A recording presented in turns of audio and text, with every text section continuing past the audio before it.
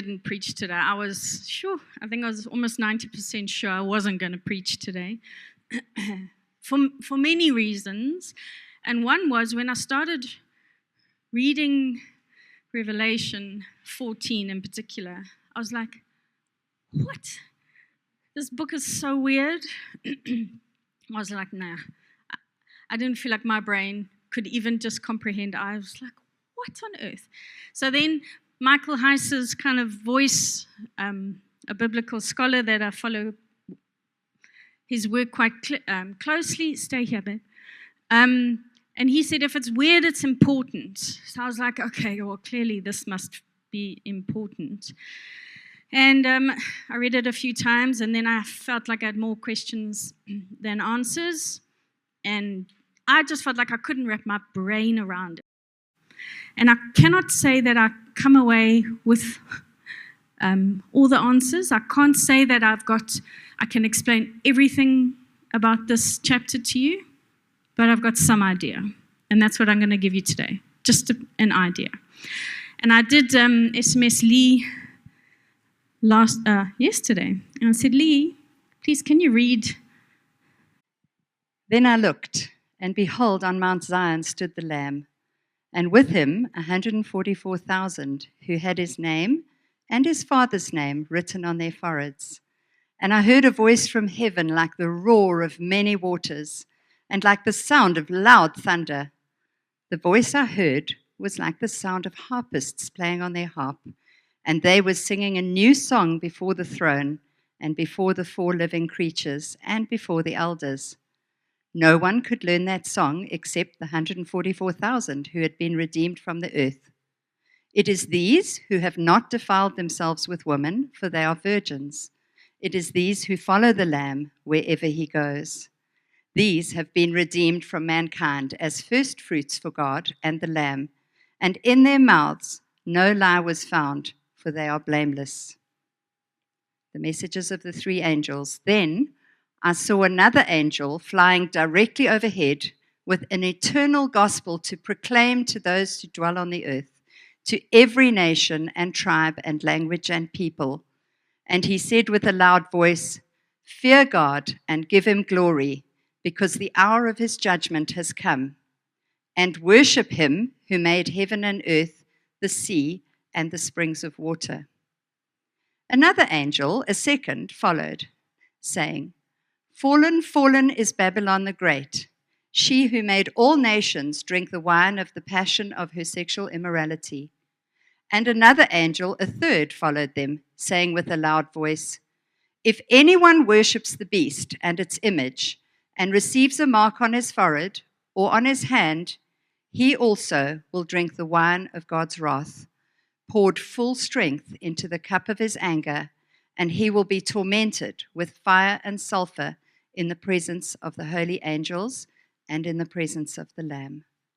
And the smoke of their torment goes up forever and ever, and they have no rest, day or night, these worshippers of the beast and its image, and whoever receives the mark of its name. Here is a call for the endurance of the saints, those who keep the commandments of God and their faith in Jesus. And I heard a voice from heaven saying, write this, blessed are the dead who die in the Lord from now on. Blessed indeed, says the Spirit, that they may rest from their labors, for their deeds follow them. The harvest of the earth. Then I looked, and behold, a white cloud, and seated on the cloud one like a son of man, with a golden crown on his head, and a sharp sickle in his hand. And another angel came out of the temple, calling with a loud voice to him who sat on the cloud, put in your sickle and reap, for the hour to reap has come, for the harvest of the earth is fully ripe. So he who sat on the cloud swung his sickle across the earth, and the earth was reaped. Then another angel came out of the temple in heaven, and he too had a sharp sickle. And another angel came out from the altar, the angel who has authority over the fire, and he called with a loud voice to the one who had the sharp sickle, put in your sickle and gather the clusters from the vine of the earth, for its grapes are ripe. So the angel swung his sickle across the earth and gathered the grape harvest of the earth and threw it into the great winepress of the wrath of God. And the winepress was trodden outside the city, and blood flowed from the winepress as high as a horse's bridle for 1,600 stadia.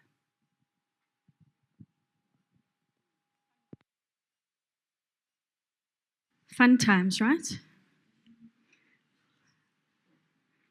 So maybe your brain's feeling like my brain when Gary and Jordan discuss. And it's hard to get past some of the imagery, right?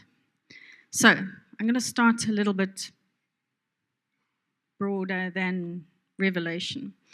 So a Duke professor his name is Cavan C. Rowe. I'm sure all these professors make up strange names because they all got odd names. And he said that Christianity is the story of everything. Okay, we know that, right?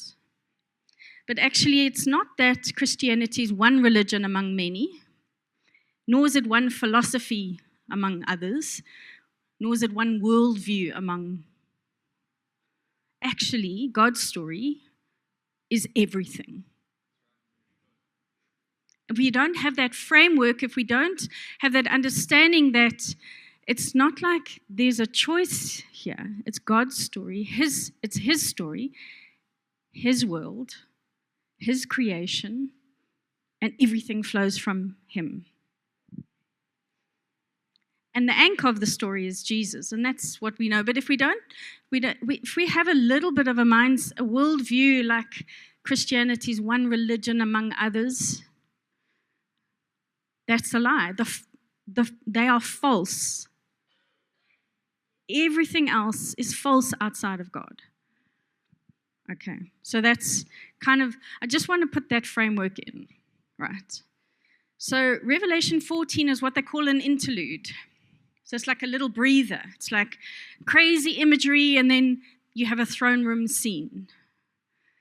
And you're like, did you feel like you had a bit of a breather when you read that?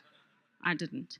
I was like, when I saw that, and there's apparently about 10 of them in the book of Revelation, I was like, what kind of a breather are you talking about? So the point is of the breathers to reassure us as the faithful ones that God will execute judgment. Well, is that doesn't feel like great. But we will persevere through trials, even if killed physically. We will be rewarded for our faithfulness. So these are the promises that come through in these interludes. And the reason why it's a breather is because actually it's a throne room scene. You've got worship and revelation of God, and it keeps expanding. Remember my preach on, I think it's Revelation 4 or 5, where you've got the throne room scene, and they just go, holy, holy, holy. It's ever-expanding revelations of God, and these guys have been in God's presence, and they go, oh my gosh, you're worthy, holy, holy, and then they get another glimpse and another glimpse. So that's how it's working. That's the breather. That's where hope comes. That's where we are reorientated back to God. That's the breather. So you got to anchor yourselves in that truth. That's where fear gets suspended. It's the only place we can suspend fear is in God's presence. We can't produce faith, but when you're with God and you're with Jesus, your faith grows, and therefore fear recedes. You see, it's the reality of God's truth. It's this reality of God is everything. It's His story. And what it does is when we're in His presence, it creates that delay. Why? It's the grace of God that comes through, and it gives us and the world time to repent. It's that call to repentance. All right, so that's your interlude of Revelation. Okay, so how did I get all of that stuff? Like all of those kind of things from this? Because we've got like blood as high as a horse's bridle and 200 miles long, and that's a lot of blood. Then you've got some really weird stuff. So, this next thing is, now this is my personal thing. It's the chiasm that I've seen in chapter 14. I'm not saying it is the correct one. It's just what I've seen. Yeah. So what John is doing, he's mirroring, so that the scholars say, he's taking these images and he's mirroring things. So he's contrasting one extreme example against another. Okay. So these are the things that I saw. So you've got the Lamb who's standing on Mount Zion with 144,000. That's your throne room scene. It's the redeemed. I can use the pointy thing. Then you got the Lamb's name and his father's name on their foreheads. Okay, a little weird, but pressed the wrong button. Sorry, guys. I don't know. All right. So this, and I'll go into it. It speaks of priesthood. Then we've got the worship, which includes, for the first time in Revelation, humanity. So remember what I said in Revelation 5, was that actually we weren't a part of worship, that we weren't even mentioned as humans. This is the first time we see here that now we are included into the service of God in worship, in heavenly worship. Something's important going on. It's weird, therefore it's important. Then you get, in the middle of this, you get this proclamation of God, of the gospel. That angel going out, he's proclaiming the gospel to the world. That is our promise. Then you get a declaration of judgment. And it seems to be equal. It's kind of the same side of, different sides of the same coin, let's put it that way. And then you just start seeing the undoing. I lost my one. Oh, he's there. So then you get the worship of the beast. So now they're contrasting heavenly worship against worship of the beast, the mark of the beast and his followers against the Lamb's mark and his followers. There's contrasting images that are happening. And then you get this weird language, like the Son of Man, and you get this harvest time stuff that's going out. The redeemed are now vindicated. So you've got these bookends and then the stuff in between. So it's kind of like, oh, okay, we can unpack it a little bit more. So why do I say that it says the Lamb's name and his father's name on their foreheads is a priesthood thing? Well, that's a great question. But let's just go one step back and let's go to Mount Zion. Why Mount Zion? Why not Jerusalem or... So they're linking back to Revelation 4 and 5, throne room scenes, but they're also linking back to Mount Zion is a very special, let me say, place in the Old Testament. They talk about Mount Zion. There's something, why? Because it's God's designated spot where he has chosen to be. It's not physical. This is symbolizing his presence, his temple, his holiness. And it's a place set aside, designated for worship. And you can see all the different texts that bring out the importance of this. So why do I say that this is a priesthood thing?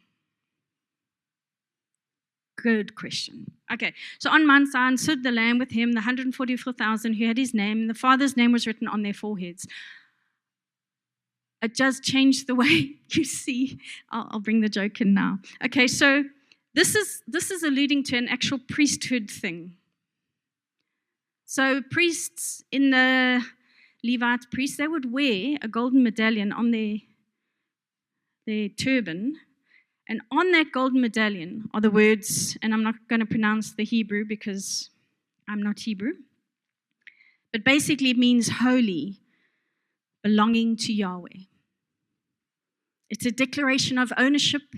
It's this incredible space. It brings a new meaning to the word, not loser, but it brings a new meaning to the word, you belong to Jesus, you belong to God. Obviously, it's God in those days. And the Holy the high priest in particular was this person who was set aside in service and worship to God. His whole life revolves around serving God, worshiping God, and that's what he's called to do. So that's where that mark, the name of God, they bear his image. Okay, they bear his name. All right, so then God calls, and it's also linked to God calls Israel his treasured possessions, the kingdom of priests. So it doesn't just mean high priests. It doesn't just mean the tribe of Levites, but it's actually talking to the Israel as a whole. You're called, he calls them in Exodus 19, you are my treasured possessions. That's ownership. You're a holy nation. You're set apart. And you're a kingdom of priests. It's how you function. So their vocation, the thing that they were born to do, is represent Yahweh and serve him. We, also called a priesthood, God's priesthood, we are born to serve him, only him, and to represent him well to the nations. You see, God owns the firstborn, and that was the Levites' kind of function in the Old Testament.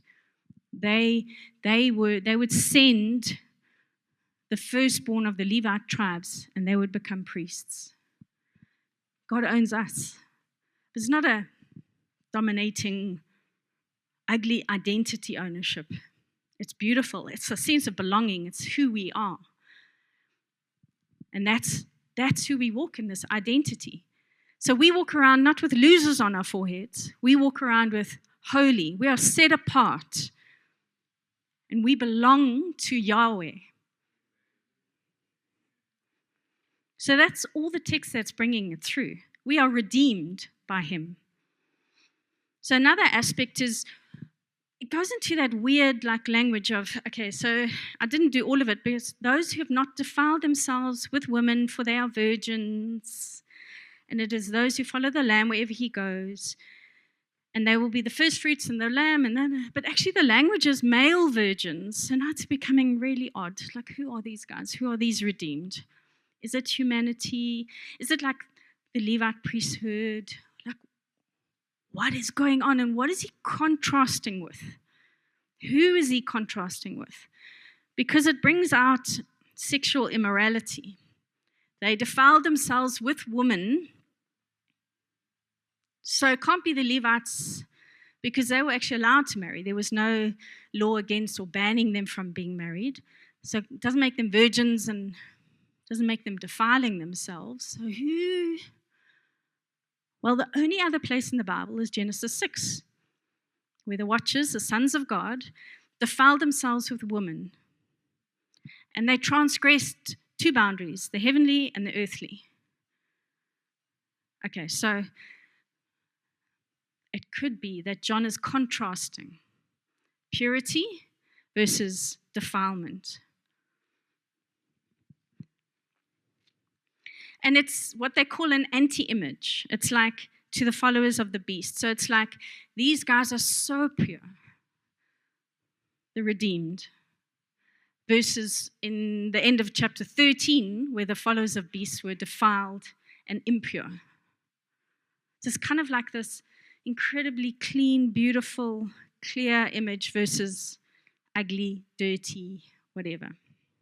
Okay, so you're all looking at me a bit strangely, so I'm going to bring up our old little. So remember, you've got Genesis 3 brings in our death issue. Genesis 6 brings in our depravity issue. And then Genesis 11 brings in idolatry issue. If you read the Revelation in total, but if you read 14, you're hearing a death issue, you're hearing a depravity issue, and you're hearing an idolatry issue come through. So that's, they think. And this is plausible. This isn't like, okay, we know for sure. I'm not saying that this is what John is saying. I'm saying it could be. All right. So it's this reverse negative analogy that he's bringing up. Team Dragon stands for defilement, lust, anti-imaging, followers of the beast. They abandon the call of God. They serve themselves. They rebel against God, and they deny Christ as a Messiah.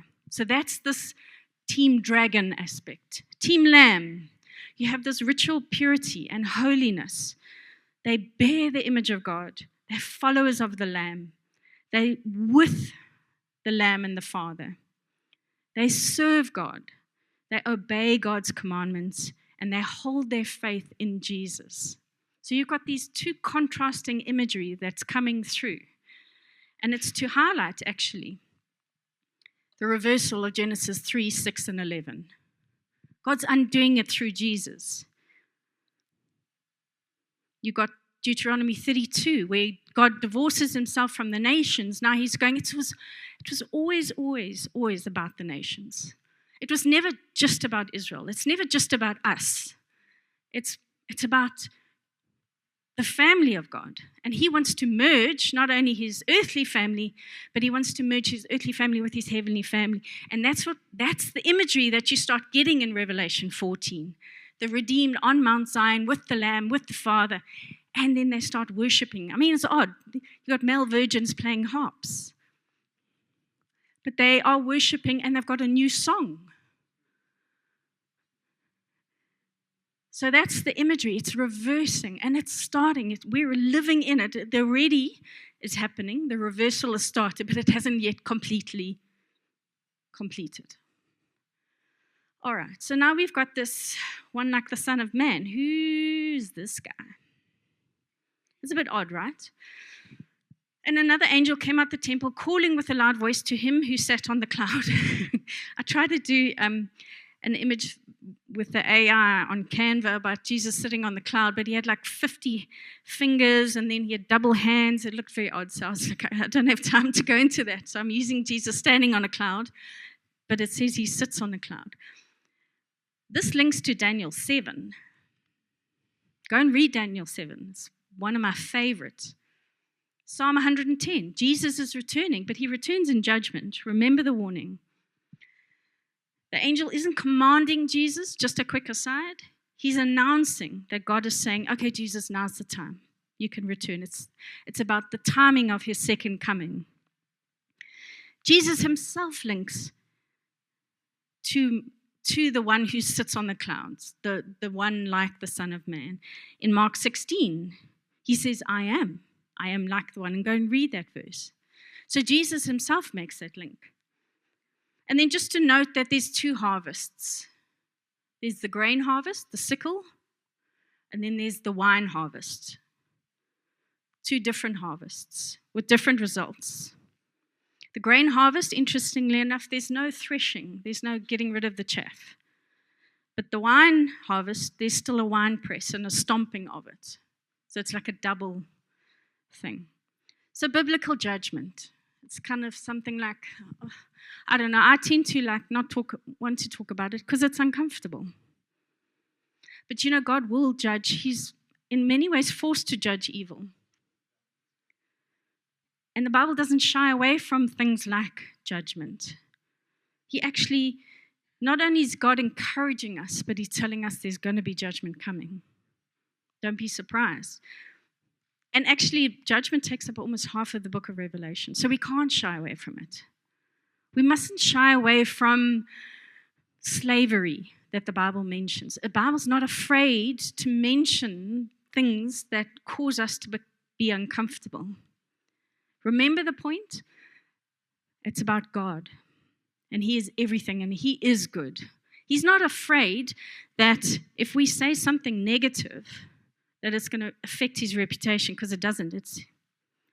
He is faithful. He is kind. He is good. And he stands, that is the truth, and that's what we need to stand firmly in. But we also can't ignore the theme of judgment. And the reason is because, you know, if we read Revelation very carefully, because it's very nuanced, I remember growing up and we had this guy, he had that, was it a hearse? He used to turn or burn. And he had a loudspeaker on the top of his car, and he'd literally drive through the neighborhood screeching, and turn or burn. And there was this fear of judgment. And it wasn't a good witness, let's say, of Christianity, of God. I don't believe he represented God well to the nations, doing things like that. But judgment of the world is coming. Why? Because they have failed to trust in God. It's their choice. They have chosen to worship others, other gods, other deities other than Yahweh. And it's their rejection of God's gift of life. And that carries a very deadly consequence, which is systematic, by the way. It's not only is it individual, but it's systematic. It's a general thing, because it brings in disordered desires. It brings in death, like we saw in the Garden of Eden, and it brings in destruction, or let's say depravity, into the world. And both are held responsible.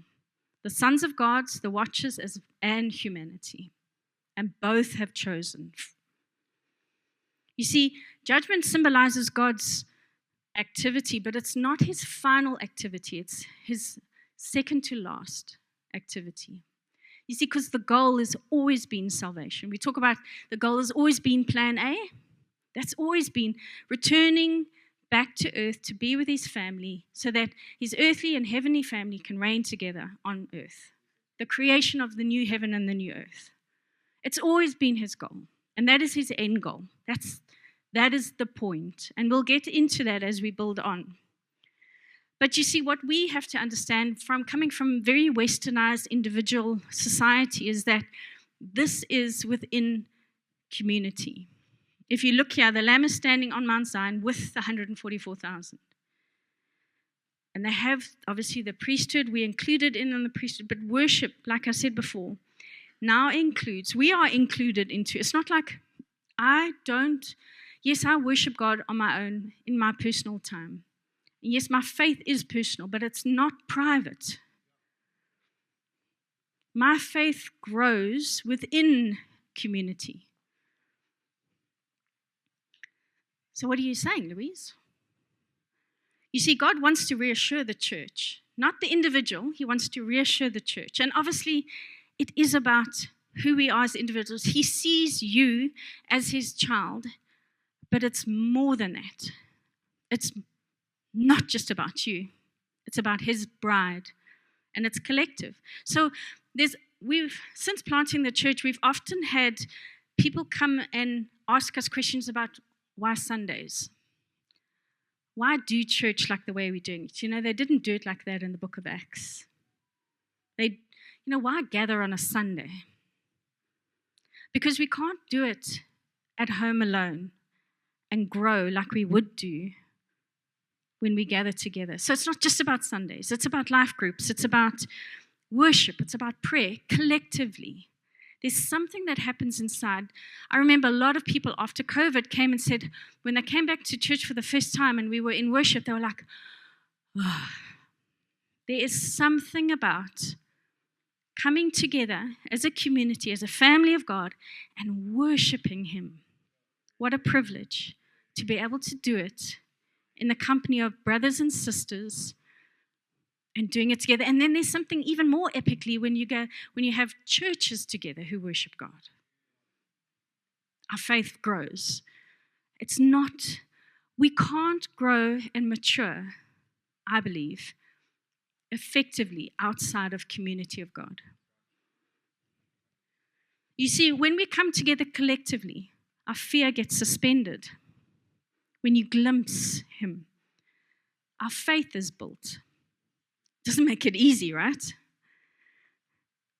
And then we get reorientated back. When you glimpse God and Jesus and the Lamb together, and you glimpse a little bit deeper, you get reorientated back into this is the truth, this is reality. And that's how we have to hold it up. You see, we become transformed more like Jesus when we're with others. It's not always comfortable, and iron sharpens iron, right? But we grow. The rough edges get rough, little bit sanded off because we're all different. And I think the final point is it deepens our allegiance to King Jesus. You see, we don't understand kingdom outside of community, I don't think. Every time I come, and it's hard sometimes. It's hard to get out of bed. Hey, Grant? You have choices where you're like, oh, it'll be nice to stay at home. Stay in bed, maybe just hook up online. But there's something that happens, that transpires when we are together and we worship God and we become more like Jesus. I'm not saying that we stop our personal spiritual formation every day, where we are being individually, where we are with Jesus personally. I'm just saying we have to have the both. And it's in community that thing just becomes more mature and we grow better. See, God's call to us as a church is to endure. It's those who keep God's commandments and their faith in Jesus. And that's how we do it, is we do it in community. You see, if we can be faithful witnesses to the truth of who He is, it's how our lives line up. So questions is, how does God's story of everything invite you and me to be a fellow participant? Do we allow the words and the visions of Revelation to shape and change us rather than just inform us? That's why it was so difficult for me, because my natural inclination as an introvert would be, I'd just rather stay at home. I'd rather just, and there's validity to that. But I also know that I would be a really crazy cat lady if I stayed at home on my own and if I lived by myself. I need community as an introvert. I don't always like it, but I need it. And then how do we faithfully represent God's truth to the world? What do I mean by that? Does the way you live, how you speak, line up to who Jesus, does that represent Jesus well? And it's challenging because we don't do it perfectly. I know when my kids are in the car with me and the taxis, I probably don't represent God well. And God's okay with imperfection. He really, really is okay. But are we on incremental levels representing God well in just more and more? Why? Because we're being with the one who is love. You can't be more loving out of our own strength, but you can become more loving when you're with the one who is love. And then and the same thing is, are we becoming more like Jesus? If you were to look at yourself today and then look at yourself a year ago as opposed to 5 years ago, as opposed to 10 years ago, do you see that you reflect Jesus a little bit more? Why? Because you're becoming more like Him. I think we're harder on ourselves in some ways than God is. But in other ways, we try so hard in our own strength. And God's going, actually, you don't have to try harder. You just got to be with me. So that's the challenge that Revelation 14 brings out. Is, the one thing that chiasm thing, which was hard for me, is that the declaration of imminent judgment is actually a warning to the church. It's not a warning to the world. You see, they deceived. And God chooses to participate. He could and He does step in. You hear of stories within Muslim, like up North Africa, where people have dreams about Jesus and they get saved. So He does do that. But He chooses to use the mechanism of the church. That's you and me, the priesthood. So there's a level, and I do say this carefully, salvation is all God. in Jesus. We can't outperform that. We can't underperform. It's not based on our performance, salvation. But there's some level of responsibility that God's like, I want you to work with me to represent and to be faithful witnesses to the world. And that's where we hold. So we hold salvation as this free gift. There's nothing we can do. We just receive. But on the other hand, the warning to the church is, how are you faithfully representing me? Are you being like Jesus? Just a little bit more measured, because you are with him more. And you keep choosing him. You keep choosing his faith. You keep choosing his truth over the world. And we just incrementally, you see, the kingdom of God is not this massive war and we take it over. It's seeds that we are planting. We may not see it all evident, but it's there and it's growing.